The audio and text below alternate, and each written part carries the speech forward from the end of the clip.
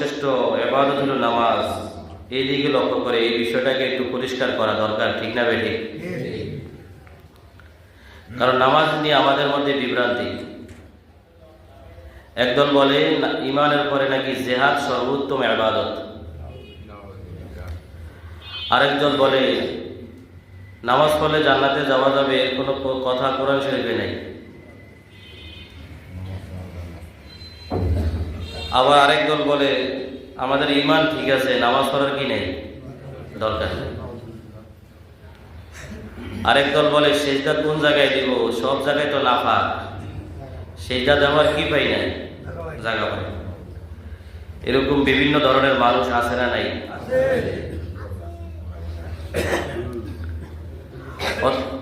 অথচ এই নামাজে কত বড় ইবাদত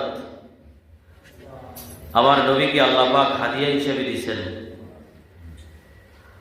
হযরতে মুসা আলাইহিস সালাতু ওয়াস সালামের সাথে যতবার দেখা হয়েছিল তিনি সুপারিশ, আল্লাহর দরবারে সুপারিশ করার জন্য বলছেন কি বলে নাই? অনেক লম্বা ঘটনা।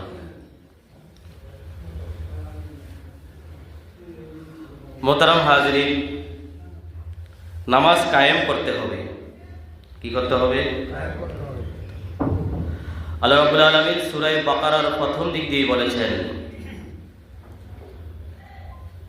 হুদাল লিল মুত্তাকিন আল্লাযীনা ইউমিনুনা বিল গায়বি ওয়া ইউকিমুনাস সালাহ। এই কোরআন মুত্তাকিনদের জন্য পথ প্রদর্শক। মুত্তাকিন কারা? যারা না দেখে বিশ্বাস করে এবং নামাজ কায়েম করে। কি করে? নামাজ কায়েম করে। সূরা আনকাবুতের মধ্যে রব্বুল আলামিন আদেশ করেছেন, আদেশদাতাকে। আল্লাহ। কথা বলে, আদেশদাতাকে আল্লাহ। মাখলুকের আদেশ পালন করার জন্য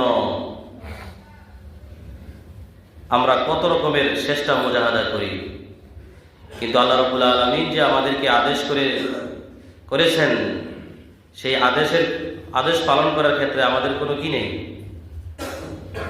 চেষ্টা নেই, মুজাহাদা নেই। সূরা আনকাবুতের ৪৫ নম্বর আয়াতে রব্বুল আলামিন স্পষ্টভাবে বলেছেন আকিমিস সালাহ। আকিমিস, আসার পরে যদি আপনারা ঘুম যান তাহলে অবস্থাটা কি হবে?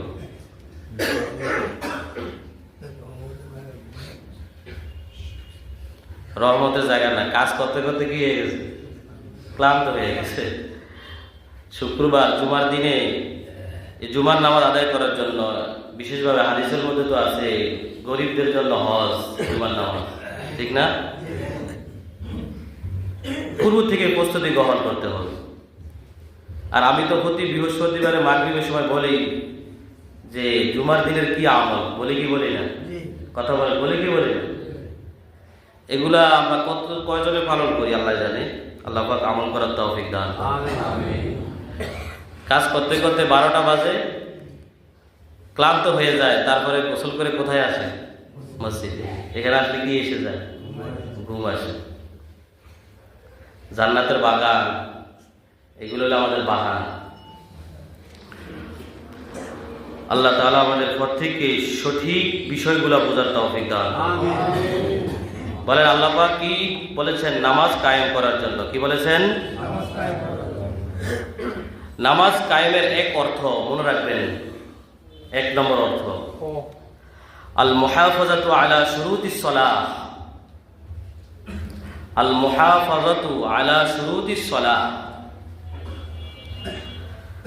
নামাজ শুদ্ধ হওয়ার পূর্বে যত শর্তগুলো আছে, নামাজ শুদ্ধ হওয়ার পূর্ব শর্তগুলা, এগুলা সঠিকভাবে আদায় করা।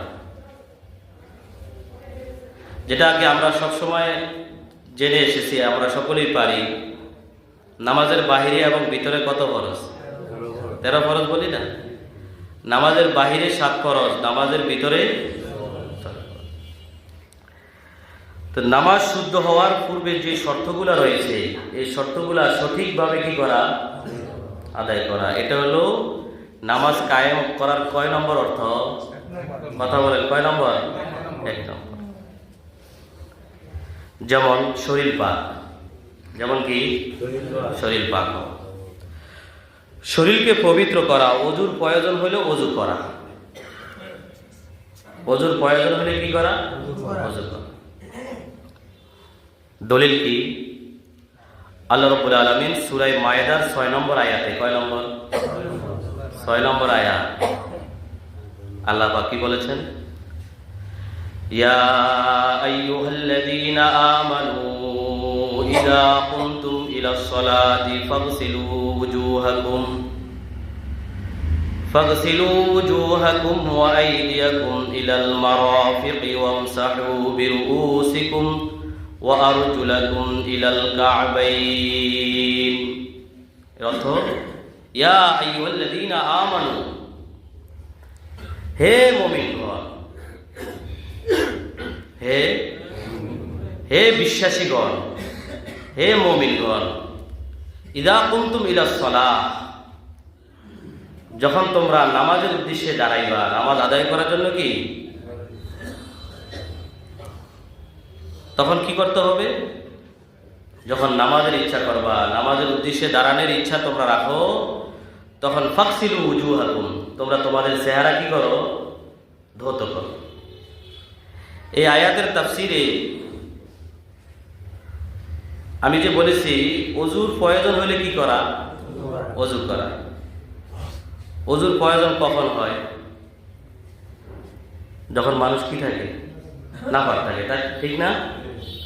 এজন্য মুফাসসিরিনে কেরাম এই আয়াতের ব্যাখ্যার মধ্যে লিখেছেন, ওয়া আনতুম মুহদাসুন, ওয়া আনতুম মুহদাসুন, তোমাদের যদি অজুর প্রয়োজন হয়, তোমরা যদি নাপাক থাকো, তাহলে কি করো? তোমাদের হাত ধৌত করো এবং চেহারা কি করো? ওয়ামসাহু বিরুউসিকুম, তোমাদের মাথাকে কি করো? মাসে করো, এবং তোমাদের পাকে ধৌত করো। এখানের মধ্যে আমরা যে অজুতে যে 4টি ফরজ আমরা আদায় করি, এই আয়াতের মধ্যে পাওয়া যায় কি যায় না? তাহলে অজুর প্রয়োজন হলে কি করা ভাই? অজু করা। 2 নম্বর দলিল, বুখারী শরীফের হাদিস, নবী করিম সাল্লাল্লাহু আলাইহি ওয়াসাল্লামের বিশিষ্ট সাহাবী হযরতে আবু হুরায়রা, এরা কি ব্যাপারে দলিল ভাই? অজুর প্রয়োজন হলে কি করা? অজু করা। عن النبي عن أبي هريرة رضي الله تعالى عنه عن النبي صلى الله عليه وسلم قال لا يقبل الله صلاة أحدكم إذا أحدث حتى يتوضأ। নবীজির বিশিষ্ট সাহাবী হযরত আবু হুরায়রা রাদিয়াল্লাহু তাআলা আনহু থেকে বর্ণিত, নবী করিম সাল্লাল্লাহু আলাইহি ওয়াসাল্লাম বলেছেন, তোমাদের মধ্য থেকে যদি কোনো ব্যক্তি অথবা কোনো বান্দি নাপাক থাকে, আল্লাহ পাক ওই ব্যক্তির নামাজ কি করবে না? কবুল করবে না। হ্যাঁ, কবুল করবে কখন? হাত্তা ইয়াতাওয়াজ্জা, যদি সে ওযু করে কি করে? নামাজ আদায় করে। তাহলে এই হাদিস থেকে আমরা বুঝতে পারলাম, বুখারীর হাদিস, যে আল্লাহ রাব্বুল আলামিনের দোস্ত নবী করিম সাল্লাল্লাহু আলাইহি ওয়াসাল্লাম কি বলেছেন? যদি কেউ নাপাক থাকে, তার নামাজ আল্লাহ পাক কি কবুল করবে। গত কয়েকদিন আগে, মনে মাসখানেক হয়ে যাবে, আমাকে এক লোকে প্রশ্ন করে, আমাদের এলাকারই মুসল্লি, এই জায়গারই, হুজুর বায়ু বেরোলে কি ওযু ভাঙে কি ভাঙে না? তা আমি কই, হ্যাঁ, ভাঙার কথা তো ইয়ার মধ্যে আছে, ফতোয়ার কিতাবেও আছে। তো হুজুর এরকম একটা ঘটনা, আমার সামনে যে ব্যক্তি দাঁড়াইছে, মনে হয় একাধারে 5 থেকে 10টা দিয়া বলছে, কিন্তু সে নামাজ আদায় করতেছে। তো আমি কই, ভাই হইতে পারে বয়সের কারণে অনেকের যে বায়ু বের হয়েছে কোনো কি থাকে না, খবর থাকে না, এরকম আছে না নাই? এজন্য বয়সকালে নামাজ ধরবেন না জোয়ানকালে? হ্যাঁ, কথা বলেন, বয়সকালে না জোয়ানকালে? যখন শক্তি থাকবো তখন নামাজ আদায় করবেন না, যখন শক্তি নাই তখন?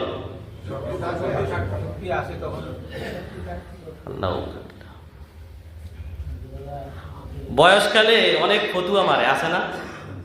বাঘেও বয়সকালে কি হয়ে যায়? ফিসা হয়ে যায়, আছে না? নেই? বাঘেও কি হয়? ফিসা হয়। বিড়ালও কি হয়ে যায়?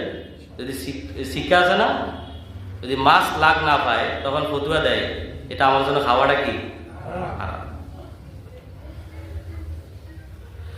এই জন্য এক আরেফ বলেছেন, দর জওয়ানি তওবা করদান শিওয়ে পয়গম্বরি,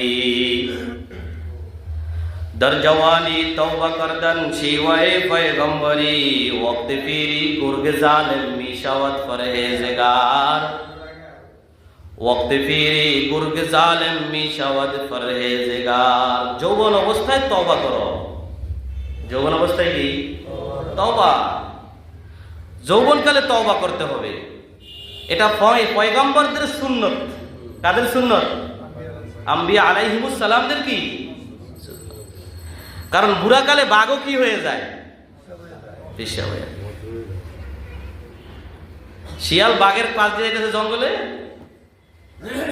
বৃদ্ধ শিয়াল বাঘ শিয়ালকে দেখেও কি করে না? আক্রমণ করে না। শিয়াল বলে, মামা কি অবস্থা? আসেনি বেলা সিটাইকে বাসাইলো, গম আছে না? আর যদি কোনো হামলা টামলা নাই, আক্রমণ নাই, কয় বাবা তোরাও মাখলুক, আমরাও কি মাখলুক, তুইও পশু আমিও কি পশু। এক পশু আরেক পশুর উপর আক্রমণ করা সম্পূর্ণ না যায়, সম্পূর্ণ কি না যায়। তুই পশু হিসাবে জঙ্গলে বসবাস কর, আমিও কি করি? বসবাস করি। বলেন ফতুয়াটা মাসে কখন? বয়সকালে। ও দোস্ত, যৌবনকালে ইবাদত করেন, বৃদ্ধকালে রুকু সিজদা ঠিক মতো আদায় করতে পারেন না। হাদিসের মধ্যে আছে আল্লাহ পাক আপনাকে পুরা যৌবনকালের ইবাদতের সওয়াব দান করবে। যৌবনকালের ইবাদত কি করবে? সওয়াব দান। এটা কি দায়িত্ব আদায় করিয়ে না দায়িত্ব আদায় না করে? ওই যে একদল আছে না, রমাদান মাসে রোজা রাখা দরকার নেই, শেষে কয় রোজা রাখবো? 6টা। শাওয়াল মাসের কয় রোজা? 6 রোজা রাখলে 1 বছর রোজা রাখার কি হয়ে যাবে? সওয়াব হবে। দোস্ত বলেন তো দেখি, রমাদান মাসের 30টা রোজা রাখার পরে আমল করতে হবে না না রেখে? হ্যাঁ, আল্লাহ পাক যে বৃদ্ধকালে আপনাকে পুরা যৌবনকালের ইবাদতের সওয়াব দান করবেন। রুকু ঠিকমতো করতে পারেন না, আল্লাহ পাক ওই পরিপূর্ণ রুকুর সওয়াব দিয়ে দিবে। সেজদা ঠিকমতো করতে পারেন না, আল্লাহ পাক পরিপূর্ণভাবে কি করবে? সেজদার সওয়াব দিয়ে দিবে। আমি যাই মোল্লার হাট দিয়ে কোথায়? বেদরগঞ্জে। আর আপনারা তো বাই রোডে মাশাআল্লাহ দিবে। এখান থেকে সংক্ষিপ্তভাবে কোথায় চলে যান? বেদরগঞ্জে। এরকম জাপ মারা কি মারে না?